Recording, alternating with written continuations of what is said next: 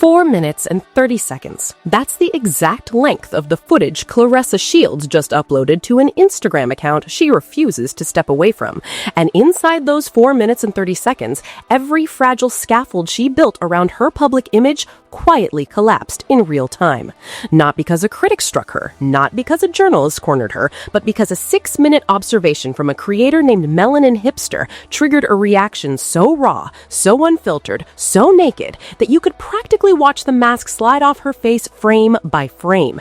And while the timeline fills up with screenshots and the reposts multiply faster than a studio camera can follow, the person missing from this entire spiral, the name she is studiously avoiding, is the one person she owes words to above everyone else.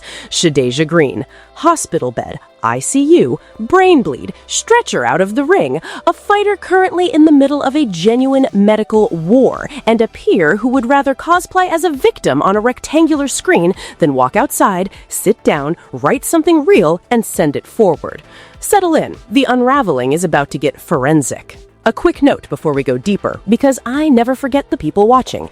Every word tonight is framed as opinion. Nothing here is presented as fact unless it is clearly documented, and every reference to a public figure is grounded strictly in publicly available material and my own analysis. This channel operates under the protections of fair commentary and the Copyright Act of 1976, and the relevant notices are pinned beneath the video for anyone who wants the specifics. Nothing personal lives inside this breakdown. Everything is entertainment, analysis, and perspective. Now, let's strip the story to the bone and look at what's actually underneath. Start with the timeline, because the timeline is the first crime scene. Friday night belonged to MVP Promotions. It was their event, their card, their moment to build the female boxing ecosystem they have been carving out of hostile terrain for years. Shadasia Green fought. Shadasia Green went down hard. Shadasia Green was carried out of that arena on a stretcher while cameras rolled and medics moved with the kind of urgency you only see when something has genuinely gone wrong inside a person's skull. Within hours, the official word landed. Brain bleed, ICU admission, traumatic brain injury under active medical management. That is not a gossip headline. That is a life hanging on monitors. And inside that exact window, while the entire combat sports community exhaled and shifted into prayer mode, Claressa Shields chose with both hands open to take a detour straight through the middle of that tragedy and plant her flag on top of it. She questioned the severity. She implied exaggeration. She pulled attention away from a woman fighting for baseline neurological function and redirected it straight back onto herself. That is the wound underneath every piece of noise she has released since. That is the infection the timeline is trying to flush out, and instead of allowing the cleansing to happen, she keeps injecting more chaos into the bloodstream. And right here is where the ground starts shifting beneath her feet, because the internet did what the internet does. It responded. A TikTok creator going by Melanin Hipster posted a 6-minute piece of commentary that crossed 615,000 views and got pins to the top of her page.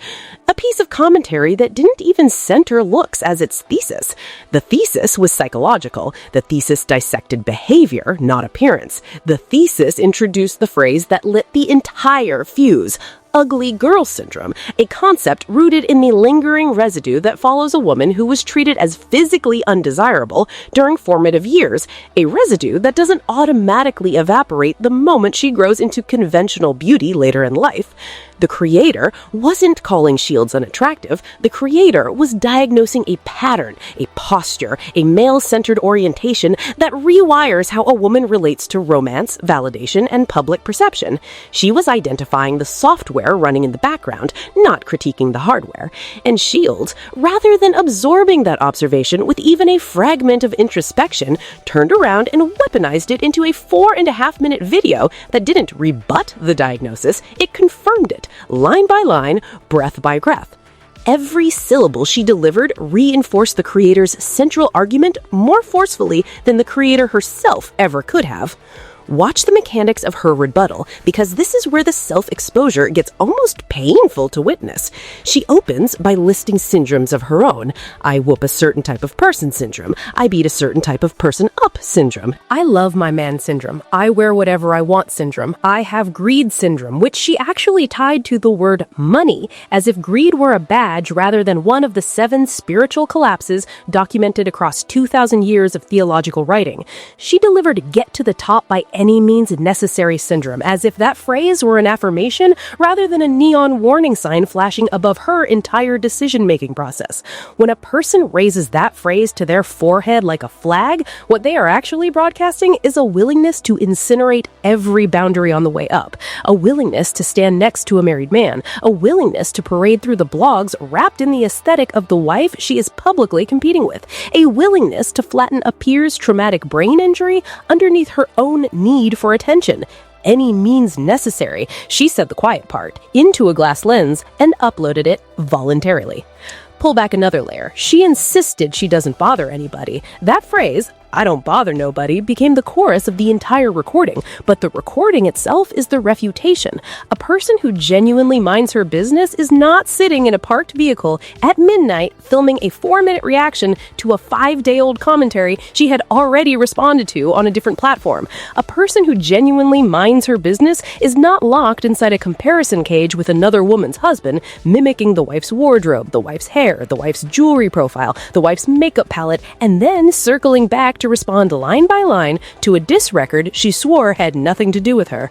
A person who genuinely minds her business is not inserting herself into Michael B. Jordan's Oscar celebration, not latching onto Glorilla's family turbulence, not detouring through Coco Gauff's private emotional moments. That behavior has a name. It is narrative parasitism. It is the act of feeding off other people's events in order to generate relevance for yourself. And once you see it clearly, you can't unsee it anywhere across her feed. The most revealing confession arrived when she volunteered that she accepted her own beauty right around the age of 14. She said it casually, as if it were a flex, as if it proved something. Sit with that sentence for a second. She is telling an audience of adults that there was a stretch of her young life where she did not accept her reflection. That stretch existed. That stretch shaped her. That stretch is the exact developmental window the original creator was describing when she introduced the concept of ugly duckling syndrome. Shields didn't just fail to rebut the diagnosis. She handed over the medical chart, pointed at the symptom list, and signed the bottom. And then she went a step further. She admitted that photographs of her from earlier years irritate her. That old Olympic imagery, that adolescent photography, that pre-makeup, pre-wig, pre-lash, pre-contour version of herself feels like a violation when it surfaces.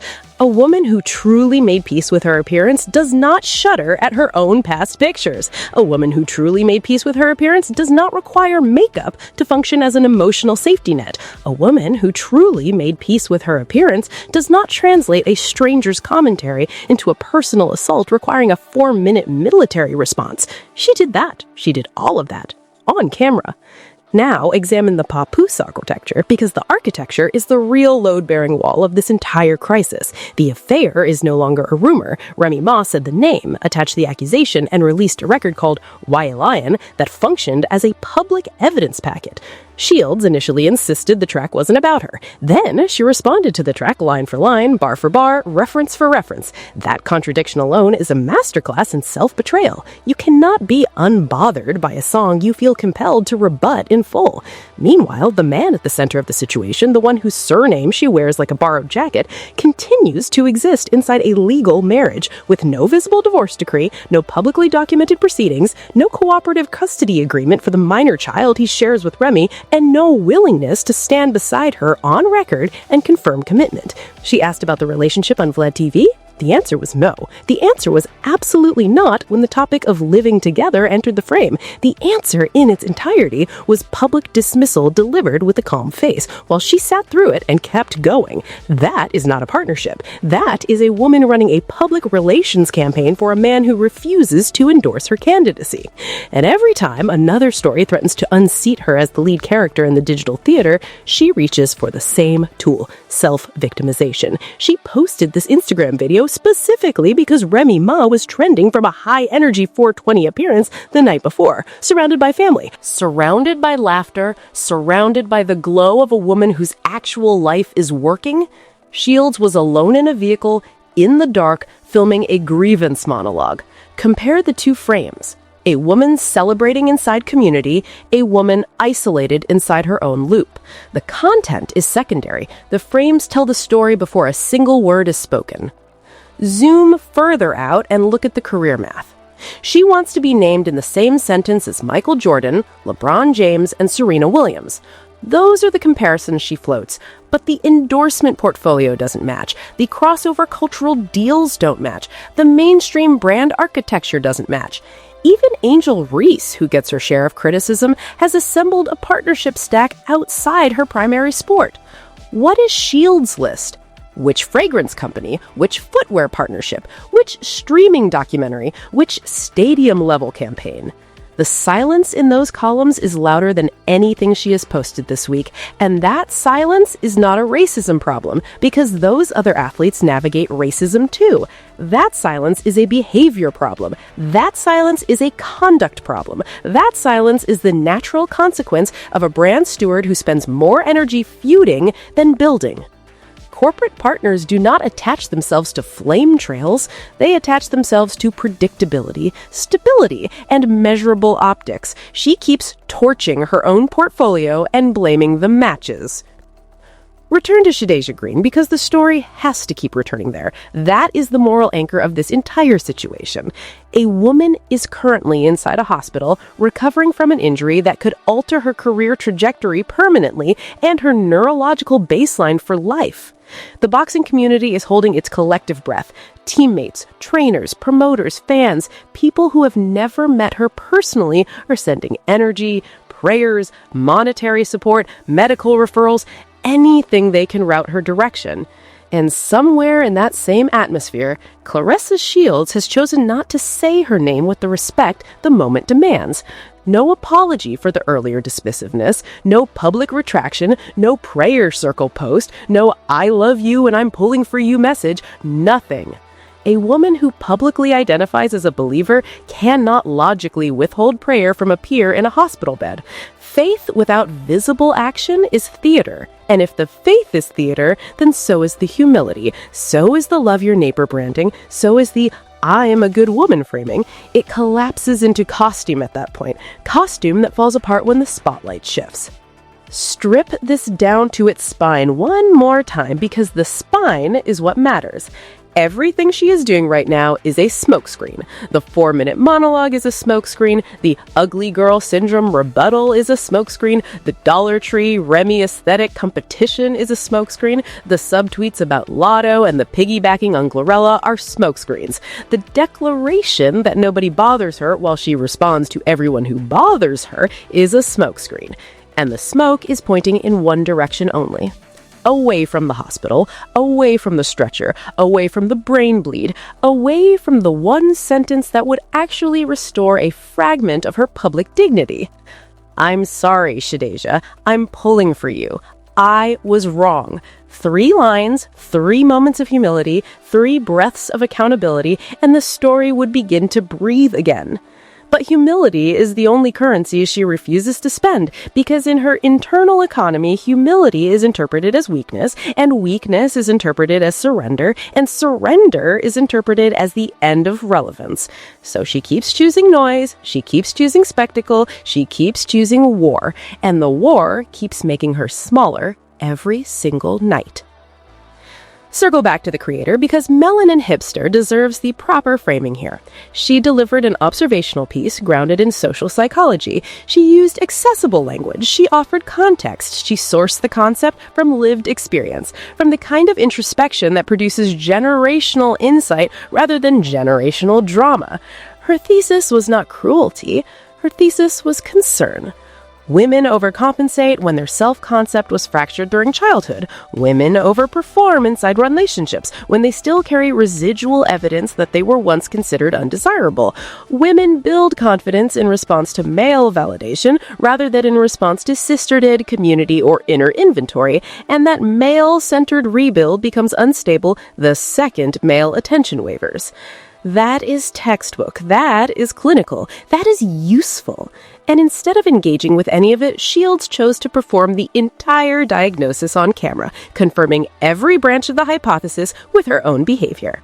Somewhere inside this saga, there is a version of a Claressa Shields who could have watched that 6-minute commentary, paused, journaled, gone silent for 48 hours, and returned publicly with a humbling reflection that would have rewritten the narrative. That woman chose differently. That woman chose the vehicle, the ring light, the vertical frame, and the defense mechanism. That woman chose the version of herself that keeps losing. Notice also the rhetorical contortions she attempted. She claimed the phrase ugly girl syndrome was really directed at people who call pretty girls ugly, an inversion that isn't supported by the original creator's actual thesis. She reassigned the definition mid-sentence, repurposed it toward her haters, and circled back to her own mirror to declare herself immune. But inversions don't land when the original thesis is solid. The diagnosis stands, regardless of who points it back at whom, and the fact that she needed 3 rhetorical pivots inside a single monologue just to avoid landing the plane on her own reflection tells you everything.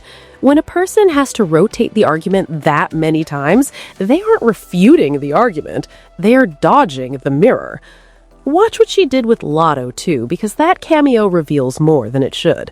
Shields publicly praised Lotto, used Lotto's music and content responses, leaned into imagery associated with Lotto's camp during the Remy Ma exchange, and positioned herself adjacent to a woman who is expecting a child with a man who is not her husband.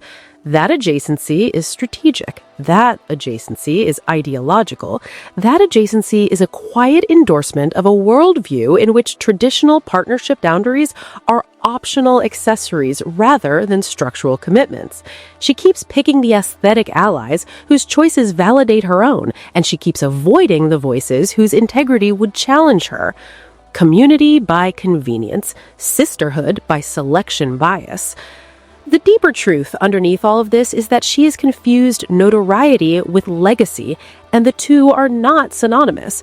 Notoriety is being watched. Legacy is being respected while you are being watched. Notoriety can be generated by a single provocative post. Legacy requires decades of compounded integrity. Rihanna is still Rihanna when her album release timeline stretches. Beyoncé is still Beyoncé during creative sabbaticals. Halle Berry is still Halle Berry after decades of public commentary.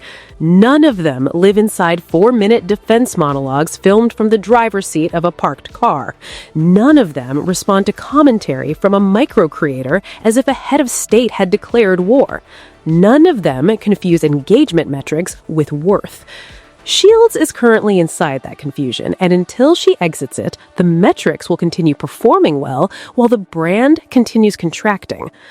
Here is where the entire situation lands. Appears in the hospital. A creator made a psychological observation. A married man continues to live inside a marriage he refuses to formally dissolve. A wife released a record that was answered line for line by a woman who swore she wasn't listening. A woman who calls herself great spent 4.5 minutes proving she is allergic to even the smallest sliver of critique, and underneath all of it, a very real human being named Shadasia Green is still fighting for recovery without receiving a sentence of warmth from the peer who owes her one more than anyone. That omission is the soul of this entire story. Everything else is decoration. So here's the final read. You cannot perform humility selectively and call it character. You can't call yourself a believer and then withhold prayer from a hospital bed. You cannot parade through the blogs wearing another woman's husband and then demand the internet applaud you for minding your own business. You cannot claim a league of your own without the endorsements, the partnerships, the cultural footprint, and the quiet dignity that define that league. You cannot confess on camera that your self-image fractured until you were 14 and then insist that old photos of your teenage face are an attack. You cannot respond to every critic and then announce that critics don't bother you. You cannot keep choosing chaos and then demand peace arrive anyway. The math does not work. The physics of public perception does not bend, and every day she spends avoiding the one short message owed to Shadasia Green is another day the narrative oxidizes further. The ask here is simple, and I'll say it on behalf of a lot of people who have been holding their tongues. Step away from the phone, leave the vehicle, walk inside, sit down, write 3 sentences to Shadasia Green. Send prayer, send respect, send the beginning of an apology for the earlier dismissiveness. Take 48 hours offline. Spend that time with actual family, not with a borrowed last name and a rented aesthetic. Let the internet breathe. Let your own nervous system breathe. Come back when you have something worth coming back with. Because the woman currently being constructed on your feed, the one who lashes at creators, mimics a wife, ignores a hospital bed, and uploads grievance reels at midnight, is not the woman who went to the Olympics. The woman who went to the Olympics was disciplined, focused, quiet, and hungry. The woman on that vertical clip is loud, distracted, performative, and parched. The distance between those two women is the exact distance you have to close privately before the comeback narrative even becomes possible. Drop your thoughts below. Tell me whether you think an apology is still recoverable or whether the window has already closed. Tell me whether you believe the ugly girl syndrome framework applies here or whether you think the creator missed the mark. Tell me what you would want to hear, sentence by sentence, if you were Shadasia Green waking up to every notification except the one that actually matters. Hit the bell so the next breakdown reaches you the moment it drops. And if this analysis sparked something in you, send it to someone who has been watching this saga unfold and trying to articulate exactly why the whole thing feels so wrong. I'll see you in the next one. Stay kind, stay sharp, and keep Shadasia Green's name lifted, because she's the one this entire story should have been about from the very first frame.